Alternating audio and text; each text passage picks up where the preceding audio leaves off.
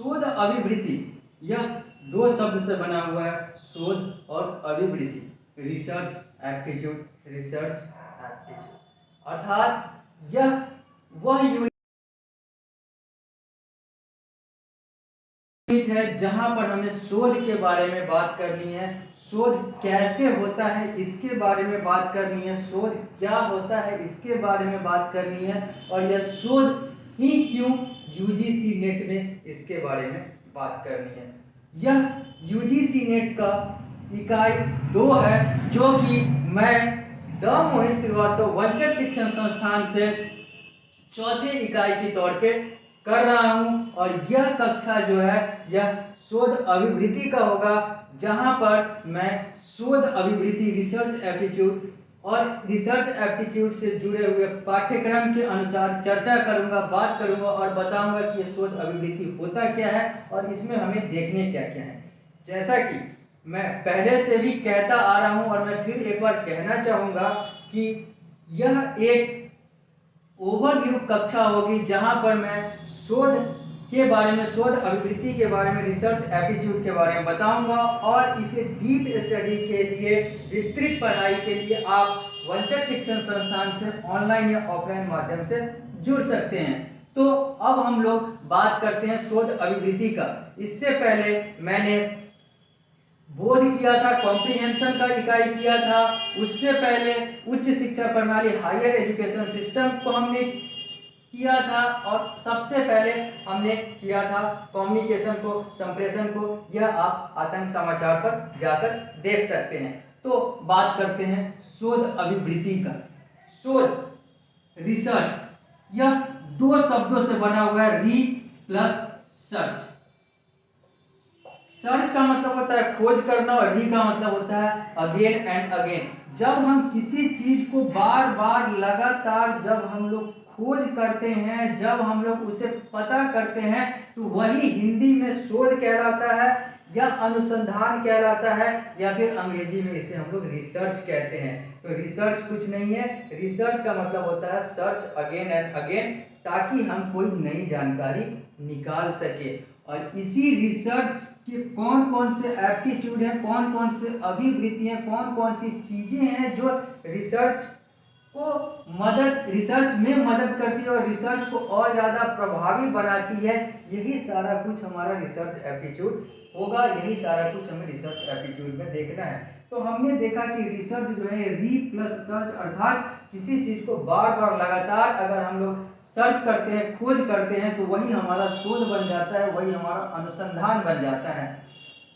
अब पाठ्यक्रम के अनुसार हमें देखना है कि रिसर्च के गुण क्या होते हैं, इसके कैरेक्टरिस्टिक्स क्या होते हैं, इसके नेचर क्या होते हैं। तो रिसर्च में हमें नई जानकारी मिलती है, रिसर्च में हम किसी चीज को बार बार लगातार पता करते हैं, तो उसके बारे में विस्तृत जानकारी मिलती है। रिसर्च आगे आने वाले लोगों को मदद करता है, और यह जानकारी देने में मदद करता है कि इसमें कौन कौन सी चीजें हैं जो हो सकती है। रिसर्च किसी भी समाज को और ज्यादा पॉजिटिव और ज्यादा आगे बढ़ाने में मदद करता है, क्योंकि यहाँ पे जानकारी नहीं मिलती है। अब हम लोग आते हैं, और भी बहुत सारे ऐसे गुण हैं जो रिसर्च के कैरेक्टरिस्टिक्स कहलाते हैं, नेचर कहलाते हैं। अब हम लोग आते हैं रिसर्च के प्रकार पे। रिसर्च के कितने टाइप्स होते हैं, रिसर्च के कितने प्रकार होते हैं, शोध कितने प्रकार का होता है। तो शोध बहुत सारे प्रकार के होते हैं।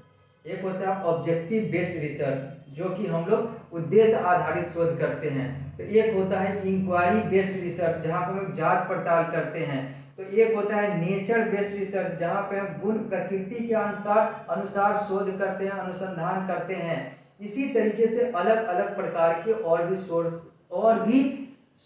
के तरीके होते हैं, रिसर्च के टाइप्स होते हैं, जिसमें हिस्टोरिकल रिसर्च, जिसमें डिस्क्रिप्टिव रिसर्च, जिसमें x post facto research type के अलग अलग रिसर्च होते हैं, जो कि आप जब वंचक शिक्षण संस्थान से जुड़ेंगे ऑनलाइन या ऑफलाइन माध्यम से, तो वहां पर आप विस्तृत जानकारी ले सकेंगे, और वहां पर आपको इसके बारे में डीप जानकारी, विस्तृत जानकारी दी जाएगी। अब मैं आता हूं, इस पाठ्यक्रम के अनुसार एक चीजें पढ़नी है, वो है पॉजिटिविज्म और पोस्ट पॉजिटिविज्म। ये दो अप्रोच हैं रिसर्च के। जब हम लोग रिसर्च करते हैं तो इस दो धारणा या फिर इस दो सोच के अनुसार रिसर्च करते हैं। एक होता है पॉजिटिविज्म और एक होता है पोस्ट पॉजिटिविज्म। पॉजिटिविज्म में रिसर्च इस आधार पे किया जाता है कि यहाँ पर माना जाता है कि जो दुनिया है, जो नेचर है, वो अनचेंजेबल है और हमारा प्रकृति जो है अनचेंजेबल नेचुरल लॉ से चलता है। और रिसर्चर जो है, चाहे वो कोई भी रिसर्च करे, वो उसी प्रकृति के अनुसार करेगा। ये ऑगस्टे कॉम्टे ने इस कंसेप्ट को दिया था। जबकि पोस्ट पॉजिटिविज्म इसका विपरीत है। ये कहता है कि जैसा इंसान काम करेगा, प्रकृति भी उसी के फलस्वरूप उसे परिणाम देगी। अर्थात इंसान और प्रकृति जो है आपस में किस तरीके से इंटरेक्ट करेंगे, यही आगे चलने का, यही हमारे प्रकृति का आधार होगा, यही हमारे प्रकृति का नियम होगा। अर्थात अगर एक इंसान सही तरीके से काम करेगा या एक इंसान जैसे काम करेगा, प्रकृति भी उसे उसी तरीके से फल देगी, उसी तरीके से काम होगा। तो ये थे दो अप्रोच जब हम रिसर्च करते हैं, तो या तो पॉजिटिविज्म अप्रोच से करते हैं, या तो पोस्ट पॉजिटिविज्म अप्रोच से करते हैं, या तो मिक्स अप्रोच से भी कभी कभी रिसर्च, और ज्यादातर रिसर्च जो है इस आधार पे किए जाते हैं। अब मैं बात करता हूं कि ये रिसर्च जो है, इस रिसर्च में और कौन कौन सी चीजें हैं जो हमारे इस पाठ्यक्रम के अनुसार देखने हैं हमें। तो यहाँ पर हमें देखना है आईसीटी का कंसेप्ट। जो आईसीटी एक यूनिट है, यूनिट यूजीसी नेट और जेआरएफ में एक इकाई आएगा आईसीटी, जो अभी हमने नहीं किया है, अभी उसका कक्षा नहीं हुआ है। लेकिन मैं यहाँ पर, चूंकि ये टॉपिक आ रहा है, तो मैं यहाँ पर ये बताना चाहूंगा कि आईसीटी का मतलब है इंफॉर्मेशन एंड कम्युनिकेशन टेक्नोलॉजी, अर्थात कंप्यूटर और इंटरनेट का तकनीक। और हमें ये देखना है कि आईसीटी जो है वो शोध में कैसे मदद करता है। तो आईसीटी से, कंप्यूटर से हम लोग डेटा को कलेक्ट कर सकते हैं, हम लोग अलग अलग डेटा को ऑनलाइन माध्यम से कलेक्ट कर सकते हैं। यहाँ पे हम लोग अलग अलग सॉफ्टवेयर, एमएस ऑफिस जिसमें Word, Excel, PowerPoint, Access वगैरह होते हैं, अनोवा, ये सब कुछ, एसपीएसएस, ये सब कुछ सॉफ्टवेयर होते हैं जिसके आधार पर एक शोधार्थी जो है वो शोध कर सकता है ऑनलाइन माध्यम से, आईसीटी के माध्यम से। इसके अलावा और भी बहुत सारी चीज़ें हैं जहाँ पे हम लोग डेटा को स्टोर कर सकते हैं, अपने रिसर्च को स्टोर कर सकते हैं, उसको एनालाइज कर सकते हैं, उसको टेबुलेट कर सकते हैं, उसे दूसरों के साथ साझा कर सकते हैं। वीडियो कॉन्फ्रेंसिंग के जरिए हम लोग बात करके शोध को और ज़्यादा मजबूत बना सकते हैं। ये सब आईसीटी के अप्रोच हैं, कंसेप्ट हैं एक रिसर्च में। अब मैं बात करूँगा रिसर्च में डेटा कलेक्शन का, क्योंकि यह एक बहुत बड़ा पार्ट हो जाता है रिसर्च का, कि जब हम लोग रिसर्च करते हैं तो उसमें कैसे प्रोसेस क्या होता है रिसर्च का, रिसर्च की प्रक्रिया क्या होती है। तो सबसे पहले हमें रिसर्च का ये चीज पता होना चाहिए कि हमें रिसर्च करना किस पे। सबसे पहले रिसर्च प्रॉब्लम, यहाँ पर प्रॉब्लम का मतलब ये हो गया कि वो समस्या, वो चीज जिस पे हमें रिसर्च करनी है, ये हमारा पहला स्टेप होता है। जब हमें पता हो गया कि हमें इस टॉपिक पे रिसर्च करना है, जैसे मान लेते हैं कि रिसर्च प्रॉब्लम है, एक रिसर्च जो कर रहा है वो मार्क्सवाद पे कर रहा है, तो सबसे पहले तो उसने चुना कि हमें किस पे रिसर्च करना है, तो वो उसका रिसर्च जो प्रॉब्लम है वो निकला कि मार्क्सवाद पे हमें रिसर्च करना है।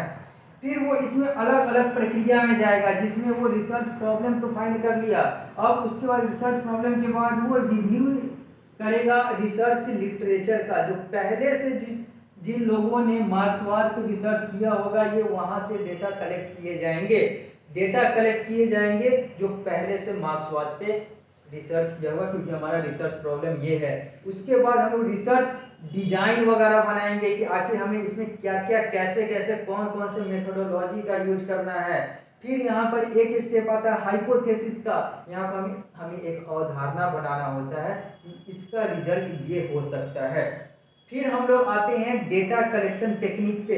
अब यहाँ पे हमें डेटा कलेक्शन करना होता है, डेटा कलेक्ट करना होता है, और डेटा का मतलब होता है वो फैक्ट्स एंड फिगर, वो चीजें, वो सारी चीजें जो एक रिसर्चर, जो कि एक शोधार्थी जो है अपने शोध के दौरान, अपने रिसर्च के दौरान कलेक्ट करता है। और यही डेटा, यही इंफॉर्मेशन को कलेक्ट करने के दो तरीके होते हैं। डेटा कलेक्शन के दो तरीके होते हैं, एक होता है प्राइमरी डेटा कलेक्शन मेथड और एक होता है प्राइमरी और एक होता है secondary data collection method. Primary data collection method में जहां पर एक शोधार्थी, जहां पर एक रिसर्चर खुद से डेटा कलेक्ट करता है, चाहे वो साक्षात्कार लेकर हो, इंटरव्यू लेकर हो, चाहे वो सर्वे करके हो, चाहे वो ऑब्जर्वेशन के जरिए हो, देख कर वो डेटा कलेक्ट करे, चाहे वो क्वेश्चन एयर और शेड्यूल के जरिए हो। क्वेश्चन एयर का मतलब होता है एक सेट ऑफ क्वेश्चन जहाँ पे क्वेश्चन बना लिए जाते हैं, फिर इन दी ब्लैंक्स हो, मल्टीपल चॉइस हो, यस नो हो, जो भी हो, और उसे दे दिए जाते हैं लोगों को, आप भर के दो, तो वो क्वेश्चन एयर होता है। लेकिन यही क्वेश्चन एयर शेड्यूल तब कहलाता है जब सामने वाले जो भरने वाले होते हैं, अगर वो उस क्वेश्चन को सही तरीके से न समझ पाए, तो जो रिसर्च करने वाला होता है वो सोचता है कि मैं उसे बारी बारी बुलाकर उससे पूछ पूछ कर खुद से भर लूंगा। जब एक रिसर्चर खुद से भरता है पूछ पूछ कर, तो उसे शेड्यूल कहते हैं। और जब उसे दे दिया जाता है रिसर्चर के द्वारा अपने रिस्पोंडेंट्स को, क्योंकि जिस पर रिसर्च कर रहे होते हैं उसके रिस्पोंडेंट्स कहते हैं,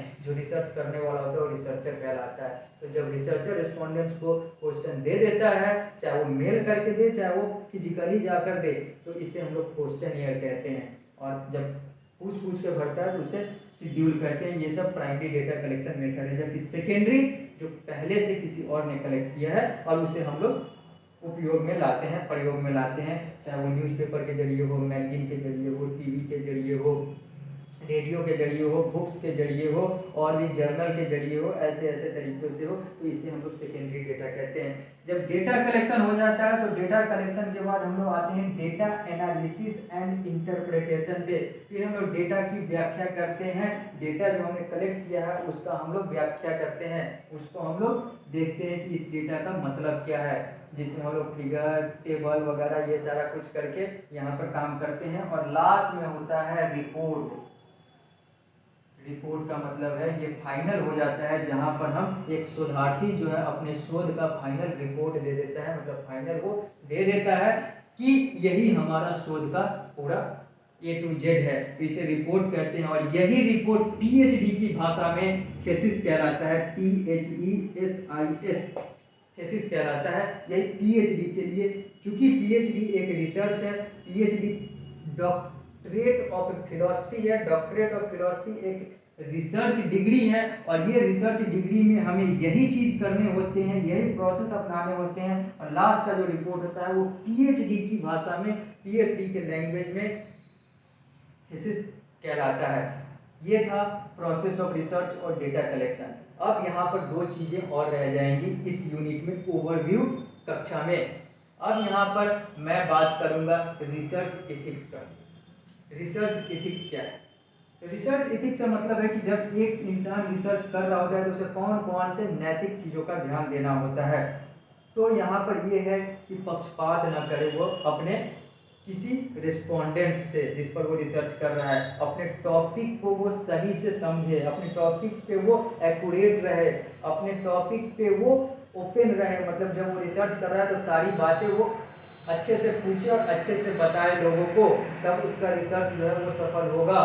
यहाँ पर जब भी रिसर्च करे तो वो भेदभाव ना करे कि ये ऊंचा जाति का है, ये नीचा जाति का है, ये इस धर्म का है, ये इस धर्म का है, ये ऐसा है, ये वैसा है, फिर वहाँ पर हम नहीं जाएंगे डेटा कलेक्ट करने। यहाँ पे जब एक रिसर्च कर रहा होता है इंसान, एक रिसर्चर होता है, तो उसे इन सारे भेदभाव से बाहर होने होते हैं। ये है हमारा एथिक्स इन रिसर्च। अब मैं लास्ट में, अंत में बात करूंगा, ये जो रिसर्च है, ये जो टीचिंग शोध अभिवृत्ति है, जो रिसर्च एप्टीट्यूड है, ये ओवरऑल है क्या।